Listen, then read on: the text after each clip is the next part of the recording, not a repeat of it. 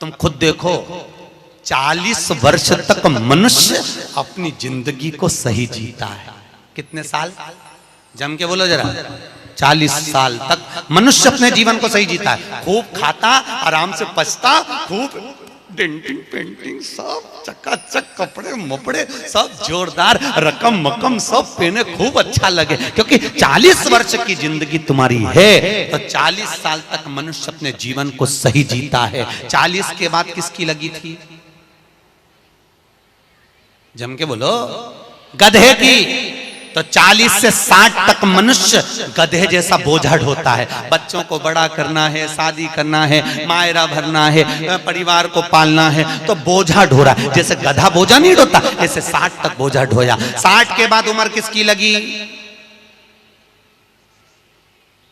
कुत्ता की। जब 80 की उम्र में आता है तो कुत्ते को दरवाजे पे रखा जाता है। जब तुम्हारी 80 की उम्र होगी तो घर के लोग कुर्सी डाल के, खटिया पलंग दरवाजे के पास हॉल में बिठा देंगे, वहीं बैठे, और रोटी भी दरवाजे के पास, चाय भी दरवाजे के पास, क्योंकि कुत्ते को अंदर परमिशन नहीं है। और कोई भी मिलने आया तो वहीं से चिल्लाया, वहीं से आवाज लगा रहा, क्योंकि कुत्ते की उम्र लगी है। वहीं से अब कुत्ते के बाद में 80 के बाद 80 से 100 उल्लू की। डॉक्टर साहब क्या गई? डॉक्टर साहब मुझे रात में नींद नहीं आती। डॉक्टर साहब ने टेबलेट दे दी, नींद की गोली दे दी, डॉक्टर साहब ने इंजेक्शन लगा दिया। कितने भी अच्छे अच्छे डॉक्टर को दिखा लेना, पर 80 से 100 साल की जब उम्र होगी, डॉक्टर को क्या मालूम कि किसकी लग गई। शिव महापुराण कहती है 80 से 100 में कितनी भी दवाई खाओ, कितने भी इंजेक्शन लगवाओ, पर रात्रि को नींद नहीं आएगी। गोली खा भी लोगे तो रात के 1:30-2 बजे तक चकाचक सोएगी, 2 बजे के बाद उल्लू जैसी बैठी रहेगी। 2 बजे के बाद कितना भी खाओ, कितनी भी दवाई खाओ, कितने भी अच्छे डॉक्टर को दिखाओ, पर 80 से 100 में जाग रही। आधी रात को जागे, बहू के मम्मी सो नहीं रही, आई सोई नहीं, आई के मारे नींद ही नहीं आई। अब इसके कौन समझाए उल्लू की लगी, कौन समझाए इसके। 80 से 100। अपन तो सब कथा छोड़ो, अपन अपनी कथा पे आओ। चलो महाराज, तो जो बहुत दूर रहती है ना वो अच्छी लगती है, जो पास में रह रही दूर के ढोल सुहावने, ठीक नहीं है, श्रेष्ठ नहीं है। भागवत ज्ञान गंगा यज्ञ समिति वालों, काय श्रेणी की कथा 10-15 मिनट ज्यादा हो जाए तो कोई दिक्कत तो ना है? हाँ, क्या विचार है तुम्हारा? नहीं, अगर खाना हो तो मैं तुम अक्षतम केसव कर दूं, मारे का ये मिर्ची का ठेसा तैयार, अपने कहीं कर। आमठी न चावल, आज तो खूब चक निपटा। अगला प्रश्न है, तो ये प्रदक्षिणा का प्रश्न। अगला प्रश्न, शिवलिंग की पूजा करने के लिए शिवलिंग को घर में कहां रखें? जहां तुम्हारी मर्जी हो। अब ये तो भगवान शंकर को पूजा घर में रखो ना, जहां पूजन होती है, जहां देवता बैठे हुए वहां रखो।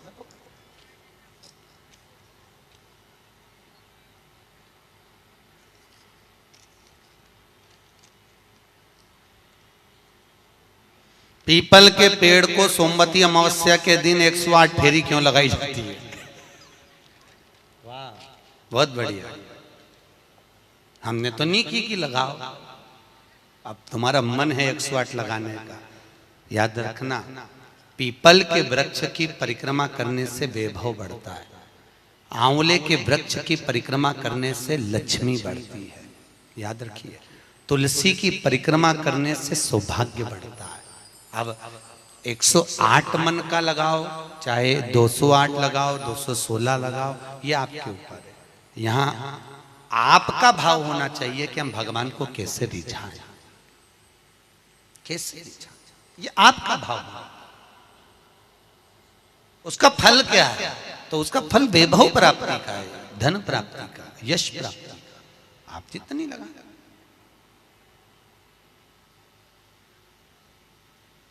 ऋषभदेव जी के पुत्र श्री भरत जी महाराज अपनी योनि से छूटे तो हिरण की योनि में गए। हिरण की योनि पाने के बाद श्री ऋषभदेव जी के पुत्र जो भरत जी थे, हिरण की योनि में आने के बाद में, हिरण की योनि पाने के बाद भरत जी को लगा कि मैं इस हिरण की योनि में पड़ गया हूं, इससे मुक्ति कैसे मिलेगी? तो हिरण की योनि में आने के बाद भरत जी महाराज पीपल के वृक्ष के नीचे जो संत बैठे हुए थे उनकी 108 परिक्रमा करते थे हिरण की योनि में। तो हिरण की योनि के 108 परिक्रमा कर रहे थे। उस दिन थी सोमती अमावस्या का दिन, जिस दिन हिरण की योनि से परिक्रमा करते करते भरत जी महाराज छूट गए थे और वापिस मनुष्य की योनि में आ गए थे। ये 108 परिक्रमा का फल है। ऋषभ जी के पुत्र हिरण की योनि से छूटकर परमात्मा की भक्ति को मनुष्य देह में लगे। शायद हो सकता है हम मानव की देह में हैं और मनुष्य की देह में आकर अगर हम भगवान की 108 परिक्रमा लगाते हैं, हम भगवान का भजन करते हैं, 108 परिक्रमा के अंतर्गत हम डूबे रहते हैं, तो हो सकता है मनुष्य की योनि से छूटकर हम देव योनि में चले जाए, भगवान की परास प्राप्त हो जाए। मां तो शास्त्र कह रहा है, अंजना माता गौतम बाबा से कहने पर शंकर की आराधना कर रही है। और आराधना करी माता अंजना ने, शिव जी की आराधना करी, शंकर की जब आराधना करी, शंकर का अभिषेक करा, भगवान भूत भावन प्रसन्न हो गए और शंकर भगवान ने उसी समय माता अंजना को वर प्रदान करा, तो चिंता मत कर, तेरे घर में पुत्र होगा। पुत्र, तू क्यों चिंता कर? भगवान शंकर जब भी देते हैं छप्पर फक के देते हैं। भगवान कृष्ण के यहाँ कितने बच्चे दिए? 1,77,086। अब अंजना माता के यहाँ भगवान संतान दे रहा है। भगवान अंजना माता के यहाँ हनुमान जी महाराज कितने भाई थे? माता अंजना के गर्भ से जो संतान हुई थी, हनुमान जी महाराज सगे भाई कितने थे? हनुमान जी कितने भाई? अरे बोलो तो सही, हनुमान जी भाई कितने हैं? सगे भाई कितने हैं हनुमान जी महाराज? तो अंजना माता ने जब भगवान शिव की आराधना करी, शंकर की जब आराधना करी, तब भगवान शंकर प्रसन्न हुए। समय बीता, माता अंजना के गर्भ में भगवान शंकर के तेज पुंज को पवन देव ने ले जाकर माता अंजना के गर्भ में स्थापित करा। स्थापित करने के बाद पूर्णिमा के दिन, चैत्री पूर्णिमा के दिन, भगवान अंजना माता के गर्भ से शंकर का ही एक अवतार श्री हनुमान जी महाराज प्रकट हुए हैं। महाराज श्री हनुमान जी महाराज की। हनुमान जी सगे भाई हैं 6। कितने भाई हैं? 6 सगे भाई। सबसे पहले नंबर हनुमान, फिर गतिमान, केतुमान, धृतिमान, यतिमान। ऐसे हनुमान जी महाराज के 6 भाइयों का क्रम वर्णन किया गया। कितने भाई हैं? 6। हनुमान जी महाराज का एक भाई है जिसका नाम है गतिमान। क्या नाम है? गतिमान।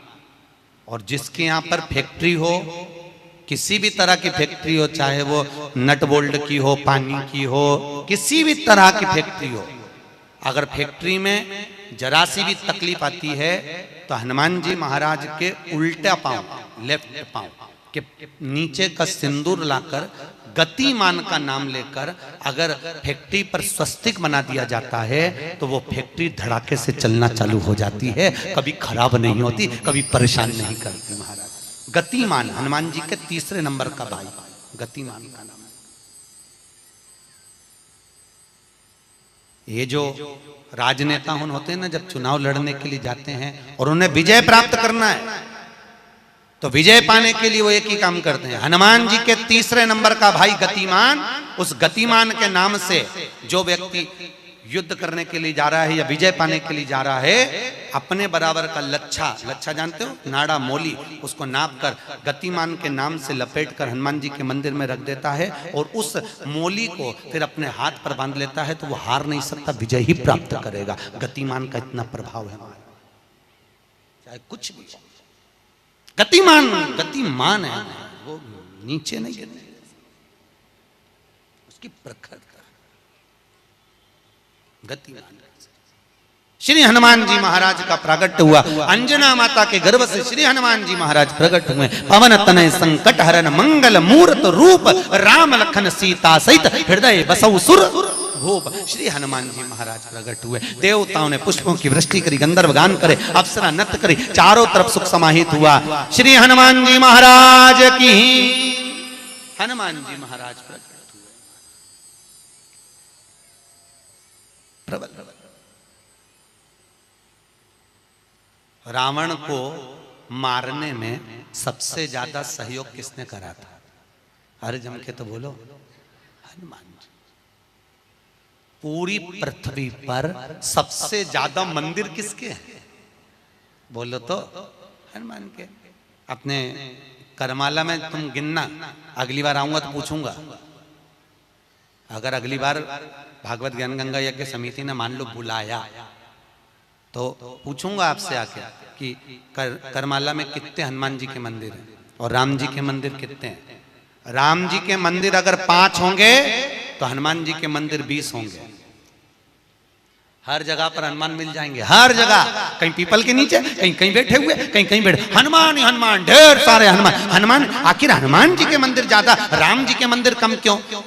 नहीं तो राम के मंदिर ज्यादा होना चाहिए, हनुमान के मंदिर कम होना चाहिए। पर हनुमान के मंदिर ज्यादा इसलिए हुए क्योंकि हनुमान जी ने राम जी की इतनी सेवा करी कि भारत की भूमि पर सेवा पुजा गई। इसलिए हनुमान जी के मंदिर ही मंदिर बन गए। मंदिर तुम्हारे भी बन सकते हैं अगर तुम सही से माता पिता की सेवा करो तो। मंदिर बनने में देरी नहीं लगी, तुम